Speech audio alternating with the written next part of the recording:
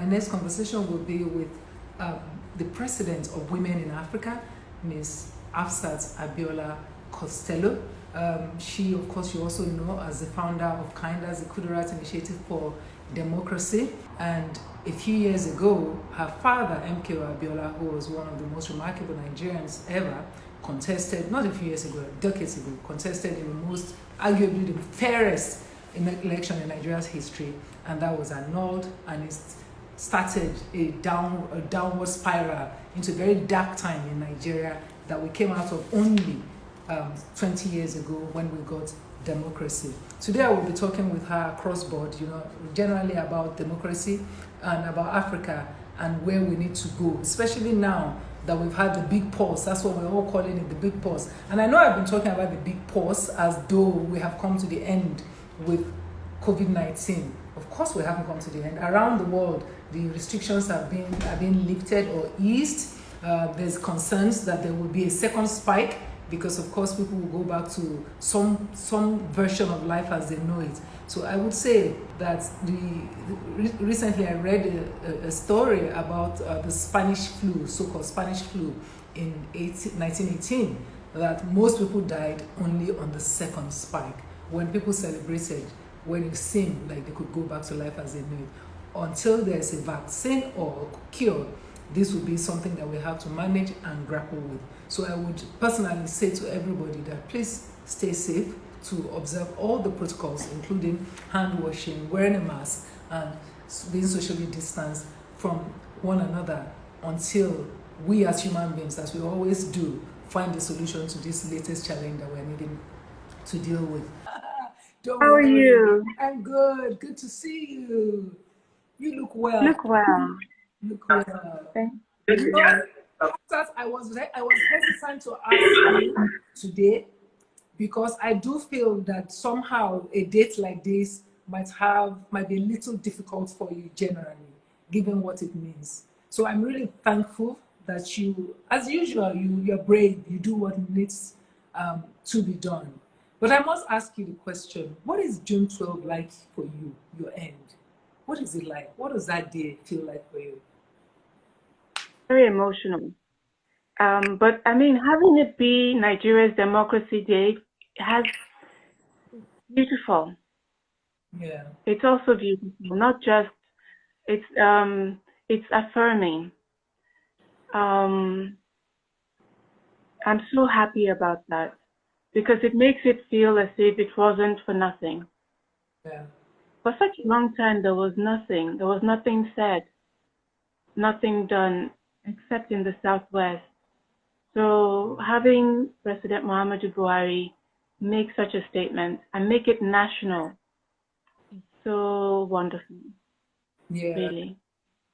What do you think MKO would say about Nigeria today?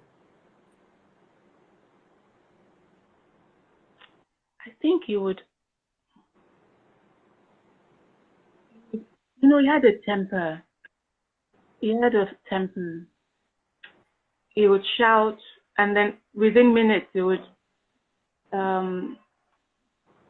it would stop. But I can just imagine that if he were around today, he would shout at us and say, "Wake up!" The situation in the country. I know we're all trying, but it's so challenging in the country right now for Nigerians. It's so challenging. And for me, I don't know if you've been seeing the reports about the impact of COVID-19, but its economic impact is expected to be incredible. And when I think of COVID-19, I think that even before COVID-19 in Nigeria, Nigerians were struggling. So I don't know where the bandwidth for additional challenge is going to come from. Right. I know that in many respects, I completely agree with Malam El-Rufai, who spoke earlier. That it's also an opportunity for us, but we must seize the opportunity with both hands, because it could go so wrong. I think the Vice President said that as many as 40 million jobs could be lost before the end of the year. Yeah. Imagine that.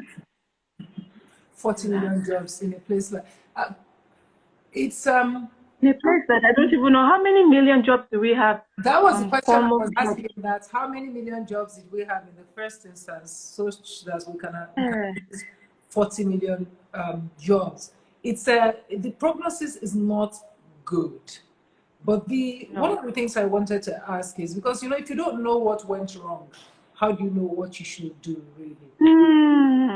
It would for me recently when I look at a lot of the pictures and videos from the 90s, I see a lot of people who were fighting to get democracy have either been in government or are in government. So it begets the question that with Nigeria, and we will come back to what COVID might force upon us, why has it happened that those who fought so hard for what we have got it, but didn't seem to know what to do with it? Somebody just said on the timeline that 40 million jobs may well be all the jobs we have. My sister, you asked the question, what went wrong? And that, given that so many of the people that were in the movement are in government or were in government, then why are we where we are? Yeah, we fought for this. They fought for this. Yes. No, it's the question I ask every year when I try to understand why the military annulled the election. Because they annulled the election, and then that was in 1993. And by 1999, we had a democratic system, and we started that journey. You know what struck me? What struck you? I think that what MKO was saying about the need for Nigerians to say farewell to poverty was threatening. I think it was threatening. I think it was threatening that when you consider, sis, that we started in 1999, and even the Nigerians that say that the administration, that first administration, showed a lot of drive. I was always concerned at that time. I remember always feeling disquiet because you saw a lot of movement, but no real progress. And it seemed as if a lot of the effort was so neoliberal in inclination, in energy. And if you recall that under General Ibrahim Babangida, when there was that debate, remember the debate, sis? Yeah. About which direction Nigeria should go in terms of our economy. And the Nigerian people were clear because our intelligentsia, all our academics, came forward with all their studies and said no, that a guided and regulated capitalist system was the best that we should do, with strong components of socialism, especially with social services. But instead of that, he adopted the World Bank prescription, which was essentially a neoliberal agenda. Now, for undergrad and graduate school, I studied economics, undergrad economics, focusing on developing countries. But grad school, I looked at international development. Again, but just really economics, but I was looking really at the economies of Asia. And what I found that was so fascinating was that the countries of Africa began their neoliberal experiment in the 80s. The countries of Asia, not until the 90s. A gap of 10 years. A gap of 10 years that allowed development to take root deeper in Asia. Because you will remember that even by 1960, we were pretty much at par. And even though there had been some missteps, in the 70s, we were not in a crisis. It was in the 80s that the crisis began with this neoliberal ideas. Yeah. And it was this crisis, this neoliberal crisis, that fueled and spiraled poverty in Nigeria, that caused a crisis for my dad, where he then said, can you even hear me? Yes. Where he then said, that he saw children eating out of garbage cans. and that it was at this moment, this is in the late 80s, that he thought that he should run for office. Now, he said that if that you can keep pouring water into a pail, but it will never become full if there are holes in that pail. And he was looking at the structure of government, that the government was structured in such a way that there were holes in the pail, and when you pour water, the water just goes away. It does nothing. It doesn't build up. And so this was his commitment, that when he comes in, he had to tackle this issue. So, well, he wasn't allowed to come in. Yeah. And then the people that came in just continued the economic policies that were already failed, that had already failed. So by the time that we're looking at 99 going forward, can we be surprised that the poverty was at a greater proportion 10 years after 99, 15 years after 99, than where we were in 93? And I think this is the issue. I think that African countries, including Nigeria, need to secure the policy space to control our economic policies, so that we can drive economic policies that can actually lift our people out of poverty. And my sense of the efforts of President Buhari is that he is in that direction. I think that more needs to be done, because we're having to reverse. I'm looking at now, if we count it from 1985 to 2015, how many decades are we looking at that we now have to reverse? So, I mean, most people don't understand.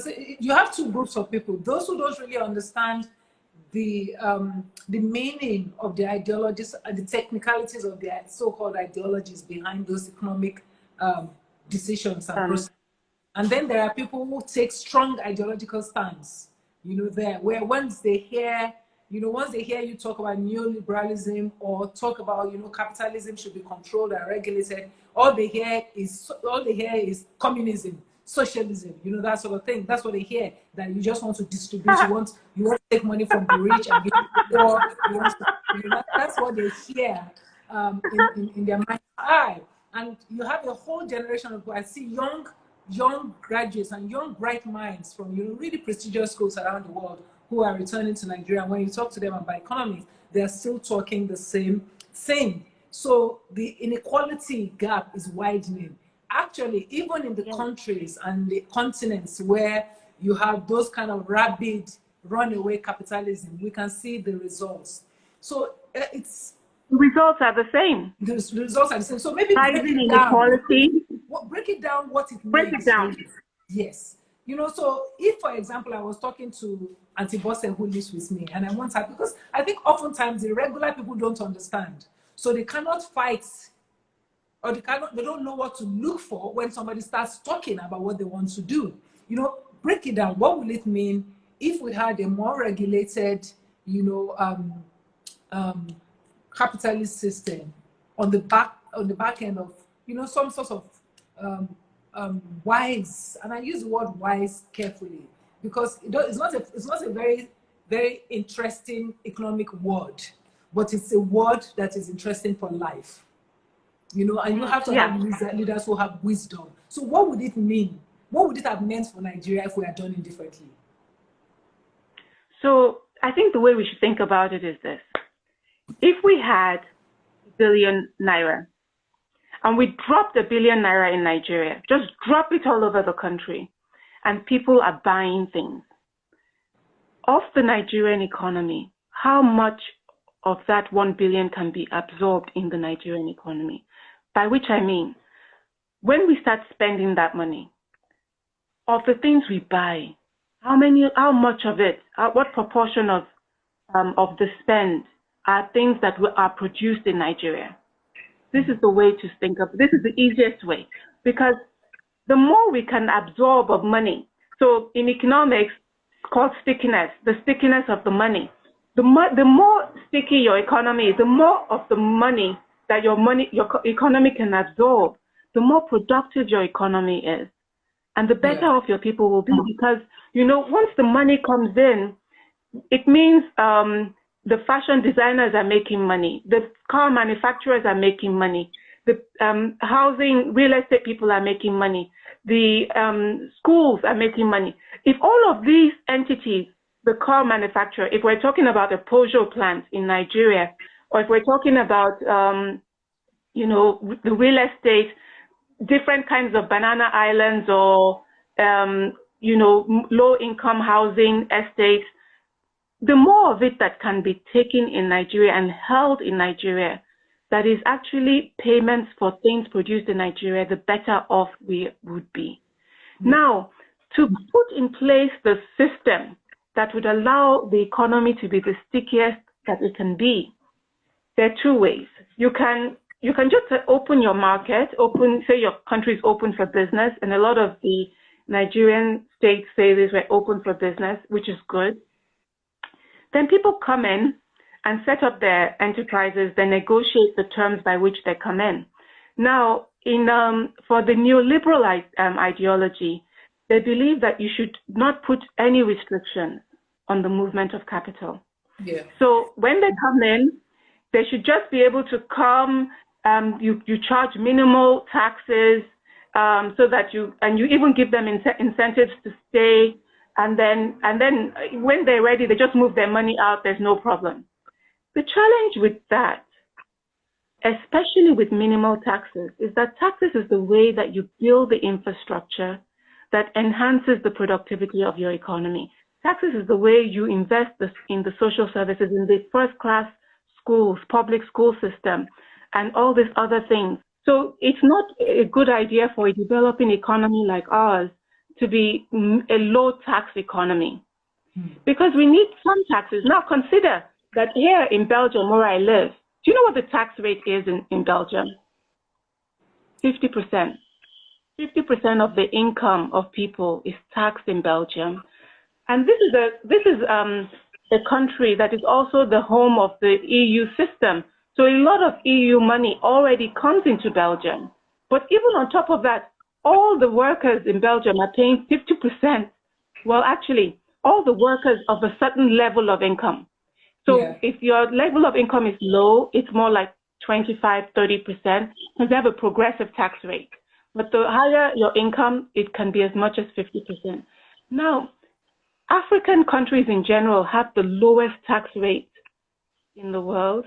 And I'm not even talking about taxes on citizens, because as we discussed earlier, many of our citizens don't even have jobs, so they can't really pay if they don't have jobs. Exactly. But look at the companies. Look at especially the multinational companies.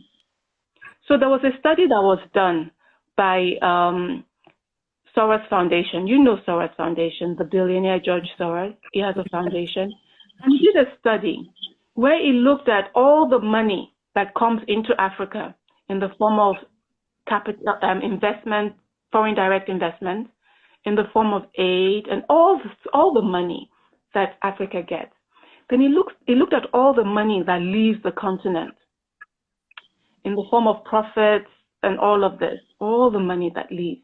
Now, the general impression people have of the continent is that the world is helping Africa because we're poor. So they're gifts. So but the truth is that we actually are the ones, when they did the study, they found that Africa powers the world to the tune of $50 billion every year. $50 billion every year. And when they looked at what constituted the $50 billion, they found that 13% of that, that's 13%, was corrupt government officials. So a lot of attention gets put on the corrupt government officials on the continent, but they only accounted for 13%, 13. That's just barely more than 10. Now they found that the criminal underworld accounted for another 20%. So together, you're looking at 33% between the two. And the criminal underworld is like the drug trafficking, human trafficking, and arms trafficking, accounted for another 20. And then they found that the multinationals, in illicit transfer of capital, in their what they call misinvoicing of their taxes, so that tax avoidance, tax evasion, accounted for What's the balance of that? Is that 67%? 67%. So there was 13 Imagine that. and 20. Yeah, yeah. So neoliberal But ideas essentially would say that we shouldn't challenge that. We should leave the companies and we should just create an enabling environment. The truth is that African economies need the capital so that we can invest, in the social services and in the hard infrastructure. Otherwise, we'll always be a low productivity economy. We won't be able to do the more sophisticated levels of industrial production, which we're not. So we're kind of stuck at a low level, and they're telling us we can't secure the money to be able to move up. But the truth is that maybe in the past we could have tolerated this kind of thinking from our friends. But today, Africa has 1.3 billion people, 60% of which are under 30. Many of that, a large proportion of that under 30 are underemployed or unemployed. So we cannot really continue to tolerate that position, and we have to take a different approach now. So, I mean, is the statistics true also for Nigeria? Because, I mean, there's Africa and then there's Nigeria. Is it true for Nigeria? Yes. So it would mean, because So the conventional wisdom is that corruption is the biggest problem, and if we can get, you know, lots of the money that's lost through corruption back into no. then things will go So that's the point. Nigeria is part of Africa, and it's 78% of the West African economy. You know, so when this study was done, the study is covering the whole continent, including Nigeria. So really? That's why yes, and there's so much, you know, and so that's why I see a lot of Nigerians that spend so much time on the internal nature of the problem. Yeah, yes, I am a bastard. I will not do that. Because why? Because why? If the problem as defined now is mostly external in that way, in terms of the repatriation of a large percentage of income generated in Africa, that also means that, for example, the 20% or thereabouts, which goes to organized crime itself, because organized crime itself is a fallout of an environment that is unstable economically in that way. I mean, there would always be some, but that level. So if you could correct the top part, the criminal underworld is connected to the extraction of the wealth of the continent. It's the same pattern from the 17th century, and it's a pattern that, so long as it has worked, they continue to use the same pattern. So this is a very interesting conversation in the world we're in today, because prior to now, there's a lot of particularly young people, and I know that I went through that phase younger to when I'll be like, oh, slavery is over, it's up to us, let's do this, you know, let's do that. You don't know just how much of the legacy of that remains and how it affects the life that we live now. So sis,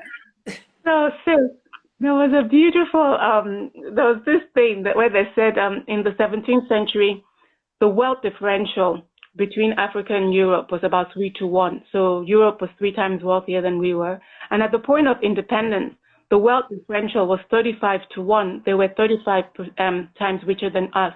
Please, today, what is it? 80-1, 80-1. So I think that I find it very interesting, you know, when that's why I don't participate in the internal critique. Not that it doesn't have its place, but when something is a differential of 67-13, and I'm focusing on the 13, and that's how I challenged Bill Gates, because I was at an event, a small event that was held with my friends in California, and he was speaking, and he was talking about the corruption in Nigeria. You know, he does a lot in Nigeria, and I want to talk about that, but let's first talk about this. He was talking about the corruption in Nigeria and his efforts to eradicate polio and this and all of this, and then I laid down the analysis for him. And then I said to him, I said, you know, you're giving us money and you're helping us, you know, and you're helping a whole continent of 1.3 billion people, you know. And I said, in your remarks, you were saying how now America and the UK want to cut down their support for Africa. I said, that's the problem with charity, because charity, the people that are doing the giving can wake up and say, we have new priorities. Yeah. And a continent of 1.3 billion people should not be subject to charity. So I said, if you could, then I gave him the analysis from the Soros Foundation, which he was aware of. Then he said he wonders about the figures, that the quantity, he wonders if it's really as much as 50 billion. Then he was telling me that when there's something called financial the digitalization of financial flows, that from there we will be able to see and track and protect more of Africa's wealth. But the truth is that technology alone will not enable us to change this game, because especially as we are power not in control of the back end and of the especially technology. and also especially because we're often, you know, power protects its own, you know, so unless there is a struggle, that game, that structure is not going to change. And I wanted to tell you about the aid. You know, so Dambisa Moyo, who I'm sure you know, who you're going to interview, Yes, actually was on a webinar with us today. Yes, You are going to love interviewing Dambisa. But she was yes. saying that, you know, the problem with aid is that it creates a distortion, so that the government officials within the African countries then are focusing on the external actors who are bringing in money and not on their citizens. And she said this is inadvertent. That means accidental. It was not the intention. I challenged that. I challenged the position that this was not the intention. You see, I find it so, and I think that this Black Lives Matter movement is very important. That's where I'm going now, because So my question for me, were you ever aware of MKO's efforts around Black Lives movement? Not, they didn't have a Black Lives Matter then. MKO had the repatriation agenda, I remember that. So then I said to you that the whole thinking about all of this is because for every year that we marked June 12th, I just asked myself the simple question, why did this army do what they did? And it now is very clear to me when 27 years after, we can look and see the outcome. Because when our friends act in the open but hidden, it's hard to see what is going on, but you can always see the patterns, and the patterns are always revealing. So if you were to talk to Africa's army of the young in terms of what they should be doing to turn the tide around for Africa, what would you say to them? And bear in mind that Nigeria is a big portion of that. I think we should have confidence in ourselves. We have to do a lot of detoxifying our minds of the poisoning of all the poisonous messages that have been fed to us over so many years and so many decades, even over centuries. You know, we've been told we're inferior. We've been told that we can't manage ourselves. We've been treated with condescension. I've gone into spaces where there's no room for the African person. You know, I've gone to all kinds of events and they don't have any room. And I used to wonder, how can they not have room for a place that has so much? My sister, why have room for a place you've already conquered? Why make room? Yeah. And so I think we need to begin to sue for our true liberation, the kind of liberation that reverses our underdevelopment, which is a dynamic that can continue unless we actually put a stop to it. So now that we are possibly going to there's going to be unlocking around the world, and there's that statistic which you just gave of the possibility of 30 million jobs lost, which might be all that we have. What could make a difference? I think we need to organize across board, but I think especially that we need to do the intersectionality of organizations, the labor unions, the women's groups, the market women, the legal guilds, the law associations. Everyone needs to be coming together, and we need to be working together to figure out how do you create inclusive growth, how do you foster trade. You know, for us, because of the delay in the implementation of the Africa Continental Free Trade Agreement, it's an opportunity for Nigeria, because going into the agreement without this interruption would have meant we would be consumers of African goods, which is good. We need to consume African goods. But because of the interruption, we also now have an opportunity to put in place more capacity for our people to produce, so that when we actually enter into the agreement and it begins to be implemented, we are also gaining as much as we are spending. So we need to be focused, and I want us to focus in a very practical way. You know, not this theory, discussion, language. No, sit down with different groups, the farmers, the ones that even work with all the big companies.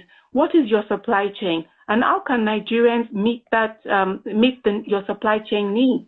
And then and on the back end, work with governments, work with banks to finance the people in the ecosystem that can meet the supply chain needs of these big companies. We need to create ways of pulling our people out of poverty, so that even if we're losing 40 million jobs, which were maybe jobs in services, we can replace them by 40 million jobs in production, you know, which is actually even better for us. It's stickier than services, and the services will continue anyway, but let's still build our industrial base, which every strong economy needs. So I'd like our brilliant minds and all our young people to, like the waste of food, that the food that gets spoiled, well, we need entrepreneurs working around food preservation, and every serious state government should be supporting that and helping them and financing, and all the people that have access should do something with the governments to track how the governments use money, so that it's not the party faithfuls that are getting all the funds, but that we're actually seeding the real economy of Nigeria. Many of the strongest economies in the world, and I'm thinking of countries like Germany, are 80% small enterprises. Yeah. So we can focus and build the small enterprises in Nigeria, and we need to move our micro enterprises to the small state, and the informal economy we need to formalize, not by taxing them to death, but by actually enabling them. So this is an opportunity for us to actually come together as a country and build. And I hope that, you know, in the memory of June 12th and the commitment that my father had that Nigerians would say farewell to poverty, I hope we seize this opportunity. Thank you very much. Say hello to the family for me, and I will see you again soon, hopefully this end. Bye-bye now. Yes, I look forward. You know, the future is in our hands, and though it might look difficult now, I do really believe that cry, you know, on June 12th, we stand, was really about a rallying point for prosperity and for progress. And we cried for that. And everything we are going through now is part of the process of getting there. It will be longer and more painful the longer we refuse to act on our cry, because the cry is already there and it will come to fruition. Thank you, everybody, for watching. I'm going to see you again next week on Friday. Be good, take good care, stay safe.